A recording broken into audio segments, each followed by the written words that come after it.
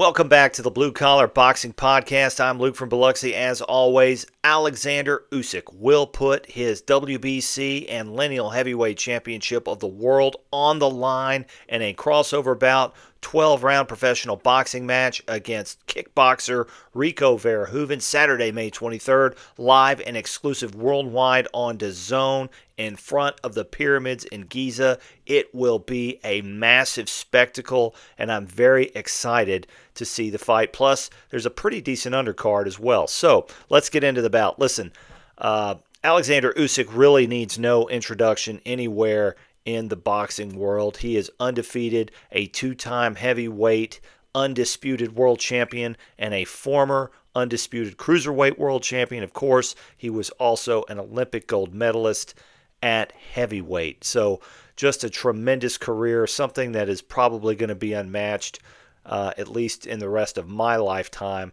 as far as accomplishments. Hopefully that's not true, but we shall see. He is coming off a win last summer against Daniel Dubois, fifth round knockout off a counter shot left hand. And wow, that win has aged very well given what has happened recently with Daniel Dubois winning the WBO heavyweight championship against Fabio Wardley. Before that, he had a pair of wins over Tyson Fury. Close but clear wins, especially in the first fight where he nearly knocked out Tyson Fury in the ninth round. And then before that, he also had another win over Daniel Dubois and two back-to-back wins over Anthony Joshua, where he won the heavyweight championship. So this will be his sixth title defense. Rico Verhoeven is very well known within the kickboxing community. Kickboxing, of course, is kind of MMA adjacent. A lot of those guys watch both sports. He's not very well known to the boxing community. A lot of people, when they saw that this fight was signed, had no idea who he was. There's just not as many eyes on kickboxing, even compared to MMA, and there's just not as much money involved, so I can see why he wants to cross over. He is venerated as an all-time great in that sport. 54 wins with 16 knockouts. He has lost 10 times. 2 of those were knockout losses. He has not lost a kickboxing bout since you have to go all the way back to January of 2015, so over 11 years he has been undefeated. Point of fact about kickboxing, he only has 16 knockouts, and us boxing fans would look at that and say he doesn't have knockout power. Part of that is a function that kickboxing matches are typically 3 or 5 rounds, so he doesn't have as much time to get those knockouts. Further, he has 2 knockout losses. I don't put that, at least in the kickboxing world, as an indication he doesn't have a chin. That's typically they have 2 knockdown rules and some rules. The rules vary depending on the contest that you're fighting. They stop because of cuts. A lot of them are tournament format, so you may fight 2 or 3 times in a night, and then a knockout. The threshold for a knockout can be sometimes significantly less. So let's get into this.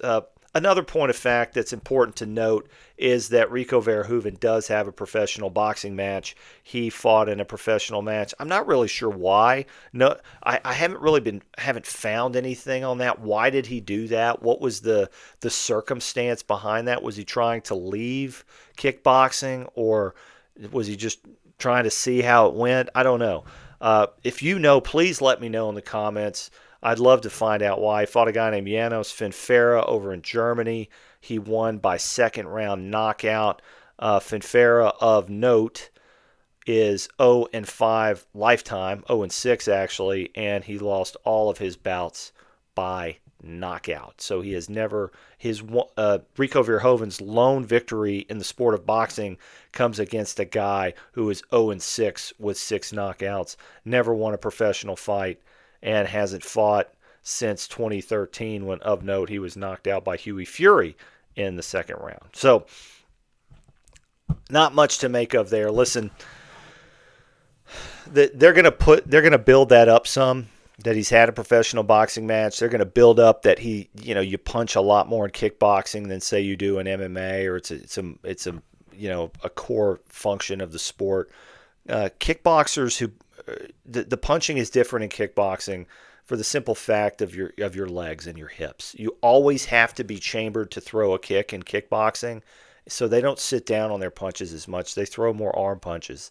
Um, there have been people who have successfully made the transition from kickboxing to boxing and won world championships in both. Troy Dorsey, of course, from Texas, who really started off in like a traditional karate dojo, won a kickboxing world title, then won a world title in boxing.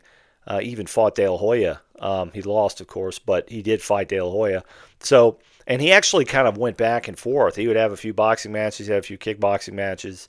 Of course, Vitaly Klitschko was into kickboxing and then made the transition to professional boxing. He was one of the greatest heavyweights of the 2010s. And then, of course, Chris Algieri, a friend of the show, he won a world championship in kickboxing and then won the WBO title, 140 pounds against Ruslan Provodnikov. There are others, of course, Holly Holm in the female boxing did the same thing. So it does happen. It doesn't happen in your first fight, right? And they're trying to make this more of an even fight because they say that Rico has been training with the Furies for a long time, and whatever. Look, I've watched a lot of his kickboxing matches. He can take a shot. I'll give him that. He's got a lot of heart. He was cut really bad in a fight once, and he fought on and would go on to win by knockout. So he's a tough guy. But the punchers that you face in kickboxing, they're not that good, guys. Go watch it. As a boxing fan, go watch it. And I know the MMA fans are going to tell me about CrossFit and all the bullshit that they talk and, purple belts and jiu-jitsu and all that. I don't care about any of that. This is professional boxing, okay?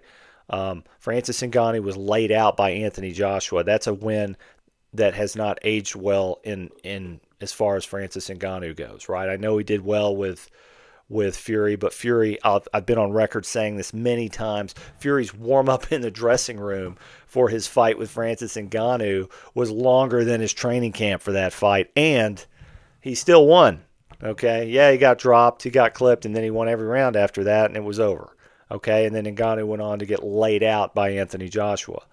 Of course, Conor McGregor comes to mind. They hyped up his boxing to promote that fight that he had fought in Ireland and gym wars and all that crap. So, listen, this is a gross mismatch, right?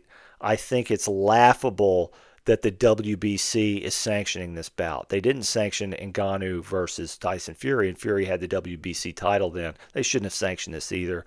It doesn't look like the WBA and the IBF are going to sanction it. But Usyk, with being undisputed champion and undefeated and one of the greatest to ever do it, you're due one of these crossover bouts. I'm okay with it, but shouldn't be sanctioned for the heavyweight championship. And listen, Usyk is going to pick this guy apart, okay? I think it goes about 3 to 4 rounds. The first 2 rounds they'll feel out. Usyk, listen, one of the things I worry about, and if you're going to bet on this fight, you should worry about it too, is Usyk just going to be a gentleman in there? Is he just going to realize very quickly that he's severely outclassed Verhoeven and doesn't want to embarrass him? I mean, just from a stamina standpoint, Verhoeven hasn't fought in a 12-round fight. His kickboxing's 5 rounds. And it's 5 3-minute rounds as best I can tell, right? And even if it's 5 5-minute rounds, that's 25 minutes. 12 rounds is 36 minutes. So if this thing gets deep, he's going to run out of gas. And, you CrossFit guys and all that crap, you're going to tell me, well, he's not kicking, so he's going to have a lot more stamina. That's a bunch of bullshit. We all know it. Verhoeven is going to get knocked out very quickly if Usyk wants to. And I think he will want to. I don't think he realizes, I think there's a little heat on him right now because of the good heavyweight fights that we've had that, I can't carry this guy. I've got to go in there and finish it and get my check and then get a real fight later in the year, right? Because if he finishes him quick and unscathed, there's no reason he can't come back in August, meaning Oleksandr Usyk. So good for Rico Verhoeven. I hope he gets the bag. I hope he make some money. I'm sure he'll give a good accounting for himself, and then he'll probably go the MMA route to make even more money. And if he were to land some sort of punch that seemingly would bother Usyk, that will be a highlight reel that they will use to promote his entry into his next combat sports endeavor, if you will. So I've got Oleksandr Usyk by fourth round knockout after feeling him out for 3 rounds. I suspect that Usyk will get mad at him when Verhoeven actually tries to win. That is one credit I will give him. He's going to try to beat Oleksandr Usyk because if he wins this fight, gazillions will fall into his lap. So this video's gone on way too long. I've got Usyk by vicious stoppage. Give me a follow on @BlueCollarBoxing on X. Let me know what you think. All you MMA and kickboxing guys, light me up in the comments. Bring it. I love it. That's what I want to hear. I want to hear Usyk would lose in a jiu-jitsu tournament. All right. See you on the next one.